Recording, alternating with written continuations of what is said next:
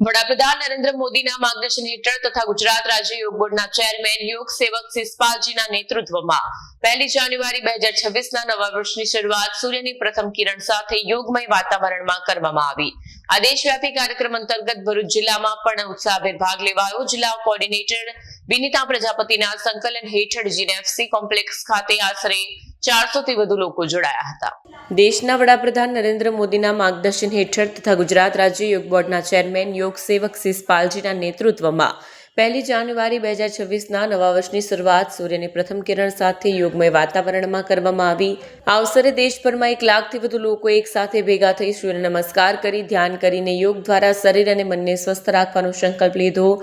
આ દેશવ્યાપી કાર્યક્રમ અંતર્ગત ભરૂચ જિલ્લામાં પણ ઉત્સાહભેર ભાગ લેવાયો। જિલ્લા કોઓર્ડિનેટર વિનીતા પ્રજાપતિના સંકલન હેઠળ જીએનએફસી કોમ્પ્લેક્સ ખાતે આશરે 400 થી વધુ લોકો જોડાયા, જ્યારે વડદલા ગામ ખાતે 200 થી વધુ ભાઈઓ બહેનો વડીલો તથા બાળકો એકત્ર થઈ કાર્યક્રમને સફળ બનાવ્યો। આ ઉપરાંત 3000 થી વધુ લોકો યુટ્યુબના માધ્યમ દ્વારા ઓનલાઈન જોડાઈ કાર્યક્રમના ભાગ બન્યા હતા।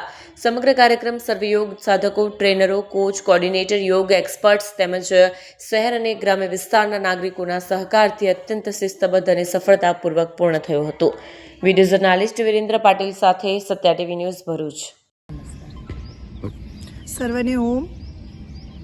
આજે 1 જાન્યુઆરી 2026ના રોજ નવા વર્ષની શરૂઆત સૂર્યની પહેલી કિરણ સાથે સૂર્ય નમસ્કાર કરીને કરવામાં આવી। આ કાર્યક્રમનું આયોજન ગુજરાત સ્ટેટ યોગ બોર્ડના ચેરમેન શ્રી યોગ સેવક શિષપાલજી દ્વારા કરવામાં આવ્યું હતું અને આ કાર્યક્રમની અંદર માત્ર ગુજરાતના નહીં પરંતુ વર્લ્ડના ઓલમોસ્ટ 1 લાખથી વધારે લોકોએ જોડાઈને સૂર્ય નમસ્કાર કરી એક નવી ઉર્જા ક્રિએટ કરીને શરીરને સ્વસ્થ બનાવવા માટેની પ્રેરણા લીધી અને સંકલ્પ કર્યા। આ કાર્યક્રમ દરમિયાન ભરૂચમાં જીએનએફસી ખાતે 350થી વધારે લોકોએ ભાગ લઈને ઓફલાઈન જોઈન થયા હતા, તેમજ એની સાથે સાથે 1500થી વધારે લોકો ઓનલાઈન જોઈન થયા હતા અને ઓલમોસ્ટ 2500 જેટલા લોકોએ આ કાર્યક્રમમાં ભાગ લઈ કાર્યક્રમને સફળ બનાવ્યો હતો।